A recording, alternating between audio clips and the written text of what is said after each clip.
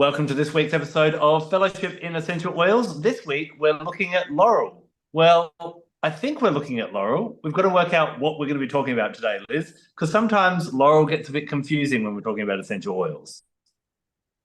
Well, yeah, I agree. I spend a lot of time pondering this and thinking, are they talking about the same oil as me? So, uh, Laurus nobilis is Laurel, but Laurel is Lauraceae family is enormous. There's like 200, get the number right, 2,500 to 3,500 known species in there. So in particular, I always thought, and I just said to the strong silent one, bring me some laurel out the garden. He went, I dug it up. But but in Britain, laurel is a plant with beautiful, big, bright green, glossy leaves. But I'm pretty sure that laurel essential oil comes from the bay tree, bay Which laurel. you would cook with and sometimes put in, to flavour different dishes, wouldn't you? Correct. Yes, Yeah. and it is very much a herbal medicine.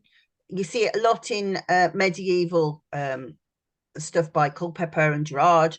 It was a very strongly used herbal medicine, but it's one of those that you're kind of not quite sure all the time. So certainly that's the one that I work with. That is the bay tree. Likewise. So if you've got a bottle at home, you're like, are they talking about what I'm looking at? Look at that Latin name. It always comes back to the Latin names, and it's Laurus nobilis is the one that we're going to be talking about today, and we're going to call it Laurel because you can't stop us. That's So right. let's have a look at how would you be using this one physically. I find it's a respiratory oil for me, really. Um, and interestingly, when dinosaurs roamed the earth, and I used to work in the business with my mom, so we're going right back to the maybe late 80s, early 90s, I was given a bottle of laurel oil. Nobody had written anything about it at all and said, right, what do you pick up from that? And straight away, that's exactly what I said, respiratory. And also, I said removes petrochemicals, and I've never seen anybody say that again, since. But I always use it for that. So if somebody has, like, I used to live on the junction 10 of the M6, which is probably the second busiest and most polluted place in the UK, and it's no wonder that I got bad lungs. And so that is something that I talk about to people who have like asthma, COPD, that kind of thing. That there is like a build-up of chronic pollution, and laurel's very good for that. Um, but also, well, I'll talk more about that in a minute. But also, a digestive, obviously, but also things like period pains, because it's very high in 1,8 cineol, which is why it's very good for respiratory things. So it's made up of almost half of 1,8 cineol. So it has that fantastic way of opening up the lungs, but also that is very good for pain receptors too. So as an anti-nociceptive. Um, Culpeper, when he's talking about bay leaves, so obviously that's confusing, but that is what we're talking about. Talks about how you shouldn't use it in pregnancy lest it procure an abortion, and I agree with that. It's one of those oils that I would like quite often. There's no safety data that says don't use it in pregnancy, but to me that it has that kind of energy of like going get out. So that's one that I would avoid using, but very good for gynae problems. He also calls them diseases of the mother, which means menopause. so, so I would clarify that. And I would also, have never actually have guessed that actually, so I'm glad you did. I would have just nodded politely. rude, isn't it? Diseases of the mother. But yeah, menopause. And it does have like that cooling nature. So for hot flushes as well as the pained mood screens, that kind of stuff. He also talks about how if you steep a bay leaf in wine, it's very good for scorpion skin stings. So perhaps that's not something in the UK we would have to be worried about, as other parts of the world where scorpion stings are an issue, then laurel oil may be useful then. But outside of breathing, which is the main reason that I use it, I also use it for oracular purposes, which we will talk about later. So tell me about your use of it. Do you use it much? Not a lot. I guess for me, and this is kind of a question I was like, oh, I want to talk about this today with you. 1,8-cineol or eucalyptol is its main constituent, as you've already mentioned. Obviously, eucalyptus is kind of the superstar of the 1,8-cineol oils. Are there any times I basically will just alternate or switch between the two interchangeably? Is there any time when you personally would go, oh no, this is a eucalyptus time and this is a laurel time? You did mention the petrochemical, and the pollution aspect of it. Any others that separate the two, or would you just go either either? It's a really good question. I do wish you'd primed me before. I have to take 10 minutes. I don't think it's as decongestant as eucalyptus. Okay. Yeah. So if you like, I haven't done the experiment now, really. I should sit and do this. But my feeling is if I had a blocked up nose and I inhaled eucalyptus, I would have a better effect than if I inhaled laurel. But I'm only just Mm. going that off the top of my head. Um, Likewise, if I had a really chesty cough, I think I would always, yeah, personally, laurel would be my backup plan. Yeah. I'm wondering, and this is only speculation, we have no evidence behind this, but maybe if there is congestion or phlegm, that's a eucalyptus. If it's more pollution or irritant, you seem to have had good success with laurel. Maybe laurel would be better in that instance. Don't And know. actually, when I think about it, now you've pressed me. The times when I have had most success with laurel have been with chronic problems with breathing rather than acute problems. And by that, I mean somebody has had a cough for a long time, has asthma, has COPD, that kind of issue, rather than they've got a chest infection. But that might also be because I have not used it. I've just gone for the eucalyptus. So so you've revealed my own plan to myself, which I hadn't even noticed. Yeah. There we go. Well, another thing that I'm always a big fan of is obviously when we can, it's from a more holistic or an energetic point of view, it's great to work with plants that are from our native land, wherever we reside, type of thing. And I'm obviously a big ambassador for Australian native essential oils. And I'll always, if I can find an Australian native that does something similar to a northern hemisphere oil, I'll opt for that. Really, eucalyptus is they're the domain of the southern hemisphere. So if you can get laurel and you're in the northern hemisphere, especially in the European area, maybe that's going to be a better choice just for working with the energy of your own land. I think that's an extremely valid point. Um, just going off that because I did think of something and I forgot to say it. We were talking about toxicity, and Culpepper says specifically for toxicity, but he talks about it in a different way. He talks about how he would use bay leaves to make somebody sick as an emetic. So if they'd had some kind of poison or if they got some kind of bad stomach and he thought, no, that's something's going on inside, he would use it to make them sick. And I do think and this kind of relates to the oracular stuff, which I'll talk about after. But there is this feeling of blurting, Mm. moving. So it shifts it out. So you do have like if somebody might have like COPD or asthma and it not be chesty, for example. Laurel will often bring about what I term a healing crisis, and that can mean many different things in many different environments. But in this kind of situation, it's suddenly like they start having a productive cough that is full of crap. That all of the horrible stuff is coming off their lungs as they're coughing it up, and they didn't even know it was there. you wouldn't get that with eucalyptus. You would with laurel. So maybe, we're going to kind of go into in a little while a bit of the aspects of how it's associated with, I guess, illumination. Might be a bit of a kind of introductory word to the theme we're going to cover a little bit. So when you need to purge some darkness or purge some pollutants on whatever level that may be, maybe that's the time to reach for your laurel rather than your eucalyptus. Yeah. So it was a really important plant in the ancient world. So the Romans called it the plant of the good angels. So that Mm. is high praise indeed. But also, I don't know if you have them in Australia, but do you have poet laureates? I've heard the term, Okay, so but the I don't poet know. laureate is like an award that happens each year, and it's given to the finest of the poet. And it's because in old days the laureate would wear a laurel crown. But also in France, they have the exams that they take to finish work is called the baccalaureate.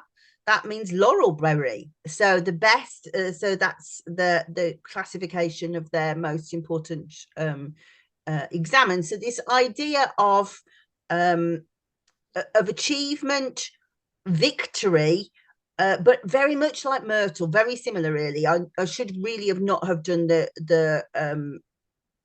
the two oils so close together, perhaps. So where myrtle is victory without bloodshed, the laurel is intellectual victory, and so it's not so much about intuition.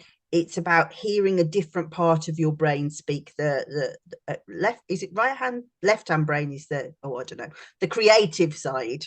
The less logical side is to do with laurel.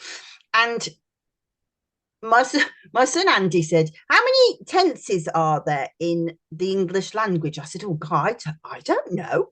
And he said, "So past, present, and future." I went, "Yeah, but there's others." And he went, "What about prophetic perfect?" And I was like, "What on earth is that?" And he said, "That is the language of the prophets, and it's how they spoke in a way that it had already happened because God would intervene, and so they'd spoke as if it had already happened." So I said, also a bit like Veni Vidi Vici, we came, we saw, we conquered, but it was said in the like later after it had happened. Beforehand. That's exactly right. Yes, exactly right. And laurel is very much like that. So if somebody has like a nervous disposition about doing a presentation, an exam, particularly sort of defending their thesis, that kind of thing, where it is logical, but also it's like you speaking, not just other people. That's a laurel indication that you feel like you have already succeeded. You're already on the other side of it. And that is perhaps why the oracles used it, because they could see the future as if it was the past. Yeah. And I guess to kind of, before we go too much further, I guess we should look a little bit about the origin story of Laurel. Now, probably one of the common ones that is that there was, I think it was a nymph. Was she a nymph, Daphne? Daphne was a nymph, Yep. yeah. That basically, now what I'm trying to recall it now. So many nymph love stories. Was she interested in Apollo or not interested in Apollo? Not Depends. not interested because she was a chaste. So a nymph can be many different things. So with my bee priestess head on, a nymph is either uh, a goddess, a priestess, a beautiful girl, or an unhatched bee. So all of those things are neat. Nymphs. In the case of Daphne, she was a chaste priestess, and Apollo had desires upon her, and she very kindly tried to turn him down, uh, but he wasn't having any of it. Are you able to pick it up from there?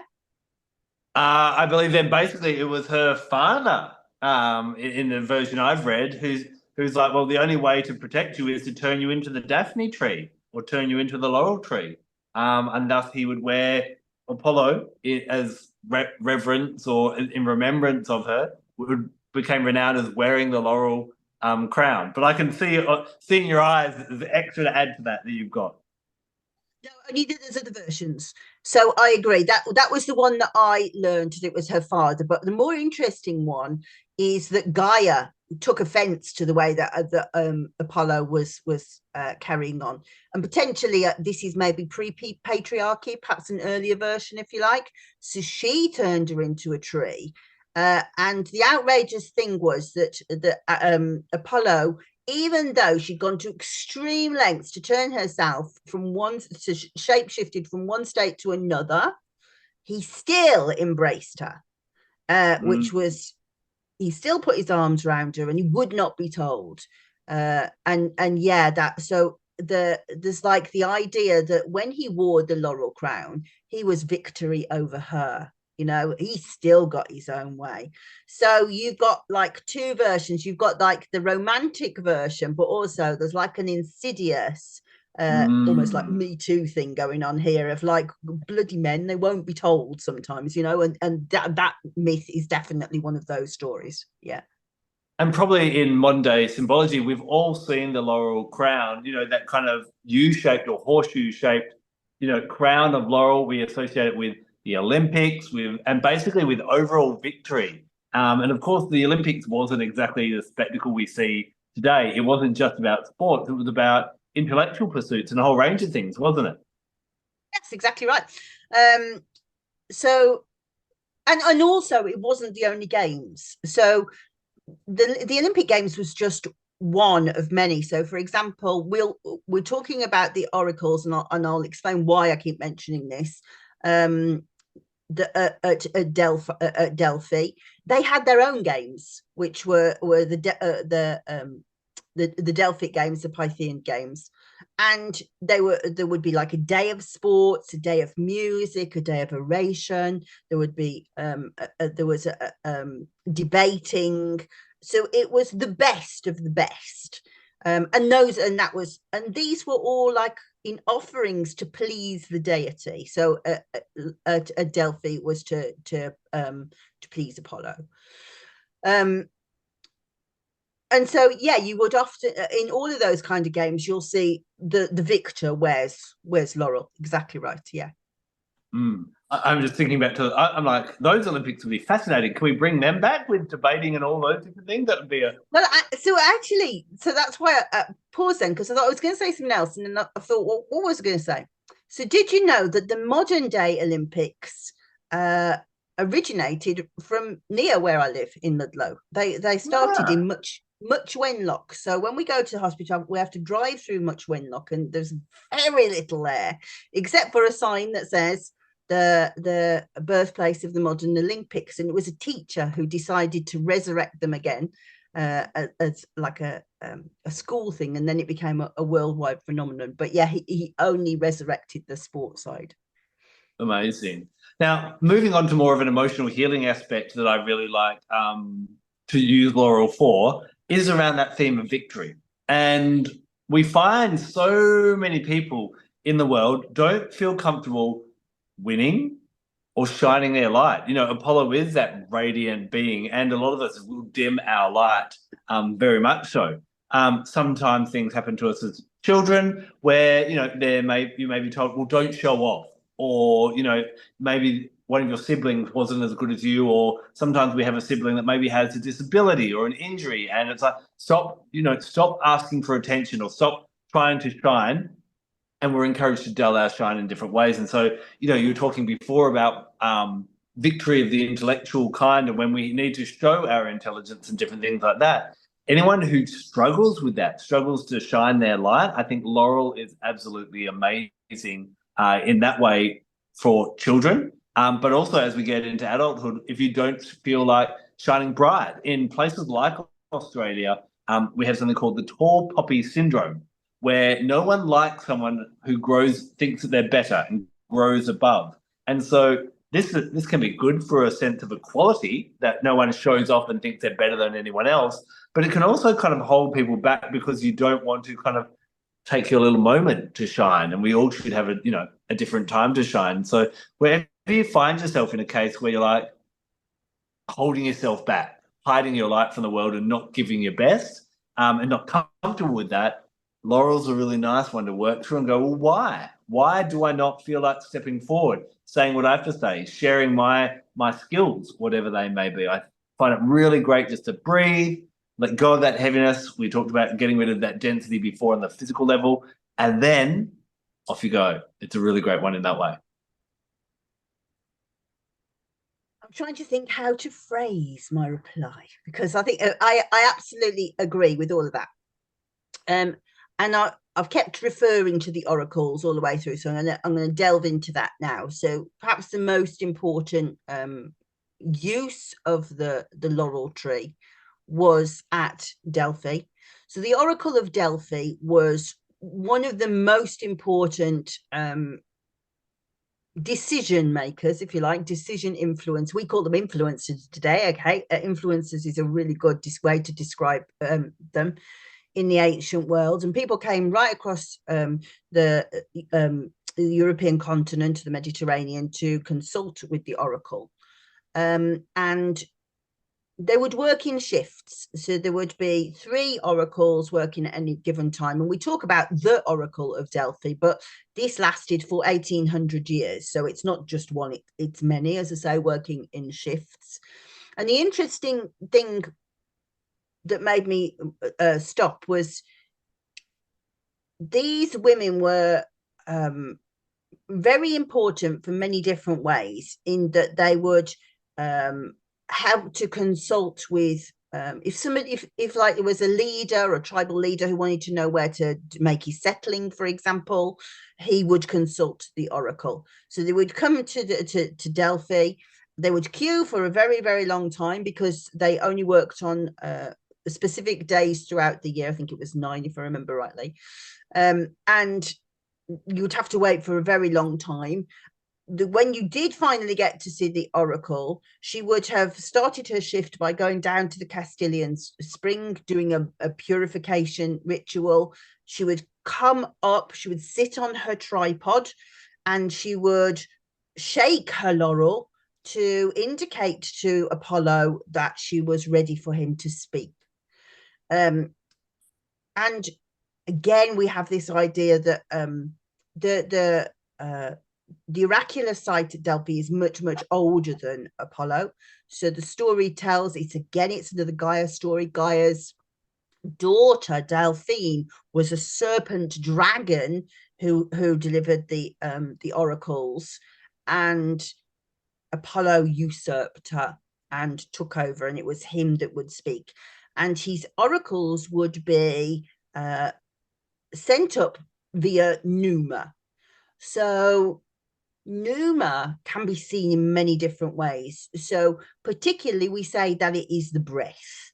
And so it's kind of a bit like how we would imagine chi today. So it was like the breath and the energy that moves through the body, and the oracle knew how to move this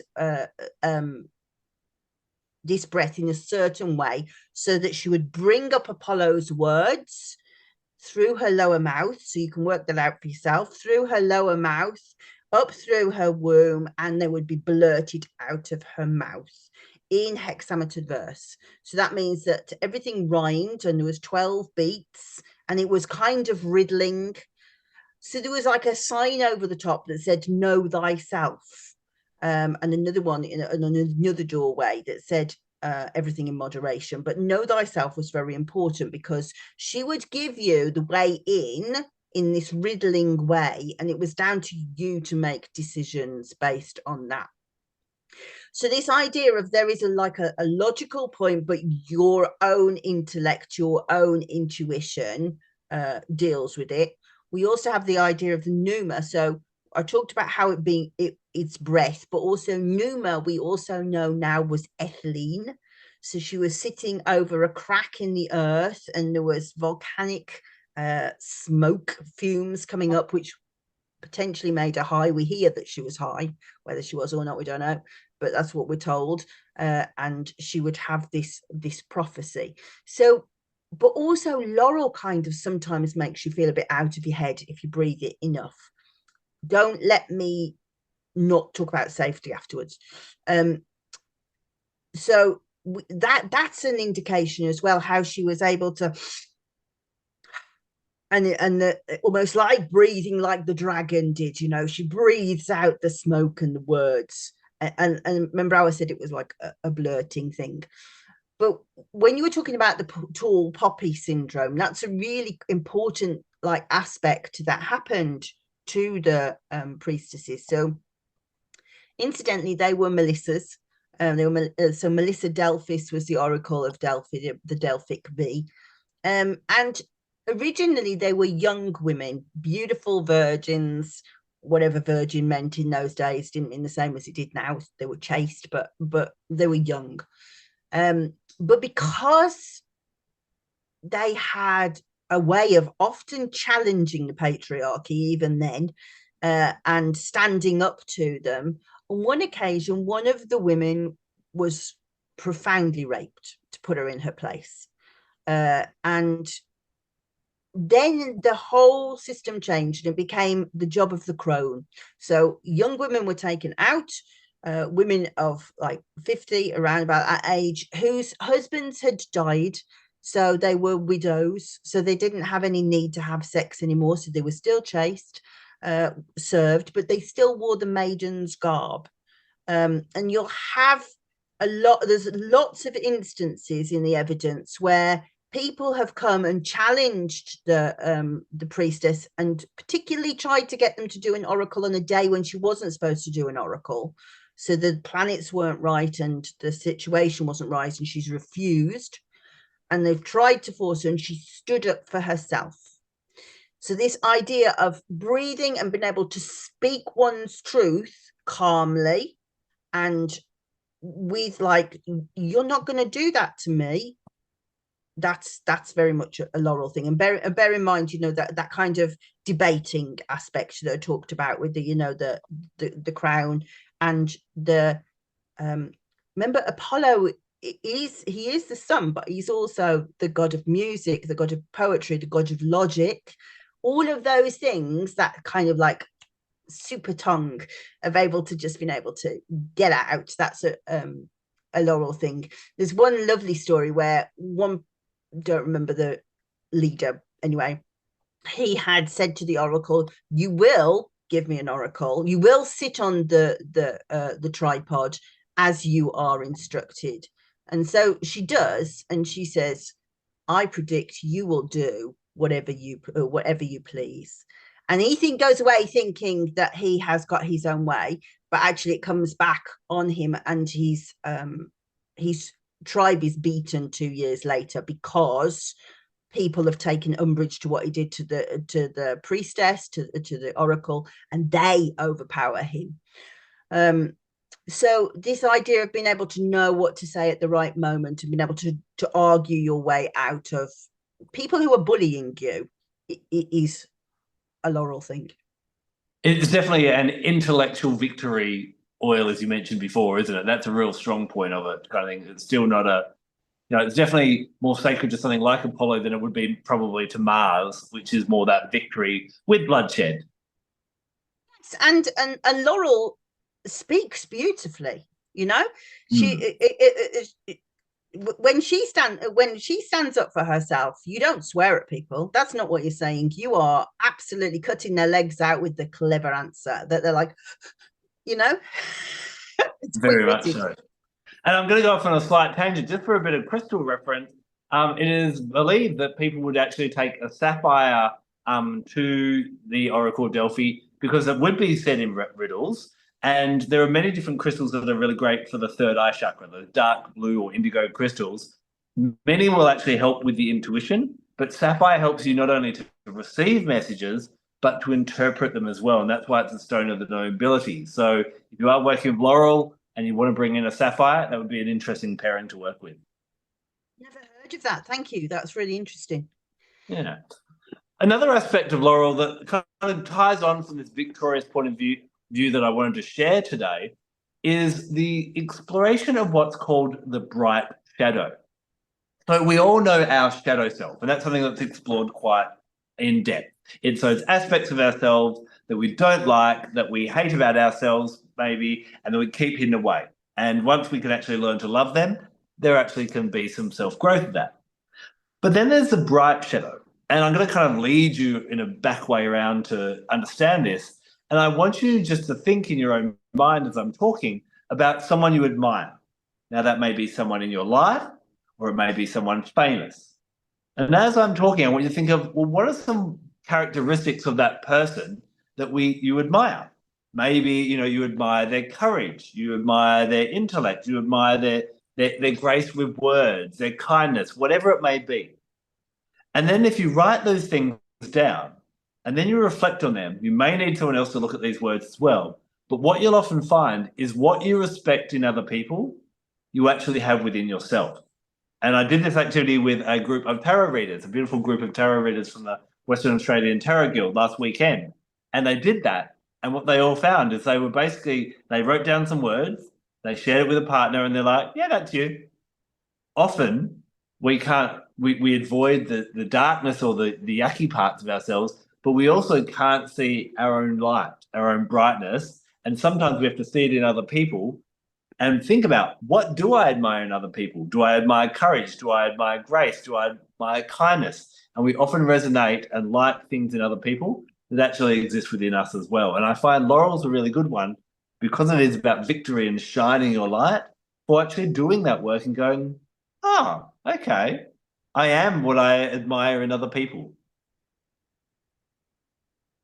It's absolutely brilliant. And actually, I use the opposite of that, and I hadn't even thought of turning on its head with that. So quite often, if I'm working with somebody who can't move on from being angry with somebody and they're very riled by that person, what you'll find is what is annoying them is actually something they know about themselves that they don't like. So what they're seeing is the darkness in their soul. Yeah. And so that's a big part of doing high priestess work, that you start to learn to work with your shadow. So exactly the same thing. And this is particularly pertinent, I guess, for people who are like in a domestic violence situation or the bullying situation again, really, that you can't do anything to change somebody else's actions. You can't. The only thing that you have control over is your own response to situations. And so working on that, well, what is it that I'm seeing in them that's riling them up so much? Why is that triggering me so much? What is going on with my psyche that's really winding me up like that? What am I feeling guilty about? Or and working with that. And so that mirroring is a powerful tool, and yeah, Laurel would be fantastic from that, because not only are you're like addressing the emotions, but you're addressing them from an intellectual point of view. Very much so. And I guess we can also go and add on to that Laurel being a respiratory oil, when we come back to our breath, we come back to ourselves and we reflect on ourselves. It's amazing how many people are, blaming the world for the way their life is, rather than coming back to looking within. And I guess Laurel would help in that way as well. Yeah, definitely. Although I would say yes, but I think there are other oils that would work better on the victimization aspect of it. Yeah. Because I think maybe that's a big jump. Do you know what I mean? You've kind of Yeah, got to get past that victim. But yes, I agree with what you're saying. Yeah. What oils would you go with that victimization? For that kind of knowing oneself really deeply, I find Cooper Ebert to be really helpful. Why do I do that to myself? Because I know as soon as I do it, you go, oh, and I go, oh, I don't know. Spite, I use tangerine. Ah. Victimization. It's not quite the same. It's not quite the same thing. I'd have to sit and reflect on it. But the idea of like almost like hypochondria, do you know what I mean? Everything happens to me. Palmarosa. Interesting. Yeah. Maybe some basil. Mm-hmm. I'd have to think on the different situations, but yeah, I think I would therapeutically I would try and deal with that. I think the jump from you need to look from outside yourself to looking deep inside yourself is a long jump. I'd do it in stages. Yeah. And I guess it's hard me putting you in a theoretical position. I'm sure you're like me, is when you're working with someone or working with yourself, intuitively oils will jump in and go, this is the right one for the right person. And we'll start to map trends over time that keeps coming up for that situation. Would I be right in saying that for you? Absolutely bang on. Yeah. Yeah, Yeah. yeah. Yeah. So anything else that you would use Laurel for on the kind of holistic levels? Or is it mainly that kind of intellectual victory and feeling comfortable with victory and shining our light? Would you kind of tie it Well, up in that little yellow bow? no, time I work up in both. Yes, except that I think that there's also like a whole set of people with breathing problems who struggle to express themselves Mm-hmm. and do not speak their truth. And Yeah. so then there's like that cross section that would be like, oh, I know. That I'd go there, but I probably wouldn't go outside of breathing and digestion physically that much. Yeah. Now, before we dance around our chakras and our astrology, you said to remind you about safety. Safety. So safety is a really complicated one with Laurel. Uh, with many disagreements and many thoughts about it and much debate around it, interestingly, which I thought was quite amusing when I did it. So I do some work for a company doing their IFRA certificates. So anybody who doesn't know what an IFRA certificate is, it's a European requirement. IFRA means International Fragrance Regulation Authority, and what they do is they break an essential oil down into constituents and then give you a maximum dilution for that particular constituent based on its likelihood to be a skin irritant. Other things as well, usually, but usually a skin irritant. And particularly, this is so if you're like formulating anything really that's got like a fragrance in it. So whether that would be like skincare products, perfume, but also like lip balms, candles, all of those things get affected. So Laurel has a few strange requirements because it has levels of eugenol and methyl eugenol, which have been amended in October 23. There was a 51st amendment of IFRA. So they around methyl eugenol, they do change. IFRA says maximum dilution of Laurel should be 0.1, sorry, no, 0.01. Wait, no, 0.1%. Tisserand and Young say 0.5%.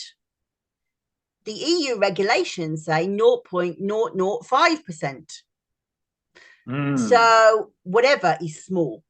And it just makes me laugh that there's like, well, you've got to work your own intuition around it. You've got to think it out, work out how you feel about it. That's absolutely an oracular thing.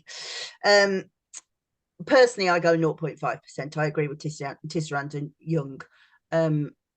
But yeah, there aren't set guidelines. What's important though is, I would say, not in pregnancy, because it's high in 1,8-cineol. It's not an oil for children. It's an oil for over 60s, really, but adults. And think how, if you were going to go children, why would you? We've talked about how there's other oils that can work perfectly well, but how minute you'd have to go for children is just not worth the effort, to be honest with you. So yeah, it's quite a difficult oil to know your way around, but I personally would go 0.5%, not use it in pregnancy, not use it on children. I was just reflecting on the 1,8-cineol that we were covering before, and eucalyptus being a southern hemisphere plant, and that's the main source there. The only other kind of superstar in the 1,8-cineols that I kind of know well is Ravensara, which again is really a Madagascar in a southern hemisphere. Is there anything else that would be native to that, Northern Africa, Europe, Asia kind of arena that would have a decent amount of 1,8-cineol? You should have asked me that before I came on camera. I've got all Does the Myrtle news not? today. I'm Does challenging you intellectually. I It's know, and all in the it's theme. only 9 o'clock in the morning. Is it? I would have thought that there was an amount in Myrtle, but without checking, I don't know. Yeah. Um, but I mean, the other thing is we do have eucalyptuses here. They're not native, but we do No. have them, and they grow extensively now, so we do have them. But yeah, it does seem like an Australian molecule to me. Actually, I have just thought of one. It's a bit of a kind of a rare one, but Litsea or Mei Chang, not the berry where we normally get the oil from that has that beautiful lemon scent, but I've actually recently got my hands on some Mei Chang or Litsea flower, and that has a real eucalyptus aroma and is high in 1,8 cineol. And what kind of blew my mind is normally 1,8 cineol is in leaves, and this was a blossom, a flower that actually had it in there, which was quite spectacular. Where does it grow? China. Interesting, isn't it? It's like the planet's changing things as we go. Yeah, yeah, exactly. And I find this in the crystal world as well. Crystals and oils seem to come to the fore at the right time in this world. And I know even your mother, in her book Garden of Eden, there's a few oils in there that she's like, this oil is percolating until later, not one to work with just yet, but will be relevant. Yeah. So I didn't read what she wrote about Laurel. Did you? No, not specifically on that one, but yeah, I No, just you remember you reading you through are and you wanting are quite information. right. They go to sleep, definitely. They Yeah. definitely go to sleep, and then suddenly they have surges. And I definitely walked into Melissa as she was growing. Yeah, yeah. Right. So let's talk about chakras. We've talked a lot about the respiratory system and being, speaking with the intellect and winning with your words. Are you placing it on the throat chakra or are you placing it elsewhere? No, I'm going to say heart chakra, lungs, not throat. Heart chakra, speak from the heart. Um, Mhm. but also I'm going to say sacral chakra as well. Um, this is in completely stream of consciousness. I hadn't thought this out at all, but so the idea that the oracle brings the pneuma up through the lower mouth into the womb will pass through and percolate at the sacral chakra, and so that is at the root chakra. It's I need, but in the sacral chakra is about I want, and Mm. it's about creativity. It's about the things that make life juicy. And the fact that Culpeper says, oh, it's abortifacient as well. That says it speaks to the sexuality too. So I'm going to say sacral chakra, but also definitely third eye. Were you dancing around the chakra that I normally associate it with? You didn't say the solar plexus chakra. I guess I kind of go with that Apollo, that radiance and shining your light. Yes, it is through the words. Yes, it is through the mind and that type of thing. But I find I really like it with this working it on the solar plexus chakra as well. Makes sense. Yeah. Astrologically, where would you place it? You sort of just thought these out by now, wouldn't you? I am going to say Mercury. Because but also the sun, of course, because it's Apollo. But Mercury is the only god who, well, Hermes is the only god who can go between the worlds, and that is definitely something that is like a Laurel thing. How the oracle speaks to the dead, and she can go to the future. So that would have to have like a hermetic part. Sun. Any more amount? Yeah. If I was going mainstream astrology, I'd probably say the sun as well. But remember, there are hundreds of asteroids between Mars and Jupiter. They're known as the asteroid belt, this whole collection. And they often carry the names of many of the other deities from many other different traditions. There is an asteroid called Apollo. It was actually very close to my son when I was born. And that's very much about where we shine or how we shine in the world type of thing. And so if that kind of interests you, Googling what is my Apollo sign will probably find a little calculator, and you can find a little bit about where you are best at shining, and then work with Laurel to help bring that out as well. So I tend to give Laurel a little subclause as well beyond the sun, and looking with the asteroid Apollo and where that is in your birth chart. That's very interesting. Thank you. I'll give you something to Google afterwards. Well, that is all for this week. Remember that our masterclass is happening next week. So you want to grab your ticket. If we've talked about a lot of different oils, we've got lots to kind of cover in the masterclass as well. We can go deeper. You can ask questions about the lower mouth. And what was it? Sacred pigs we talked about last week. Mystic pig. Mystic pigs. I'm rocking up the masterclass not to share any knowledge, but just to find out about mystic pigs. So come and find out with me about mystic pigs. Of course, the link is below and the discount code is below. I know people always go, oh yeah, I'll get around to that. This is your last chance because it's happening later this week. Anything else we need to let everyone know, Liz? No, not at all. Thank you for that. That was great today. I'm gonna go break out my Laurel because I haven't appreciated it as much as, when we talk about it, I fall back in love with it like I did with Myrtle last week. Until next week, we'll see you in the masterclass, and we'll be back with another episode of Fellowship with Essential Oils. Take care. See you then.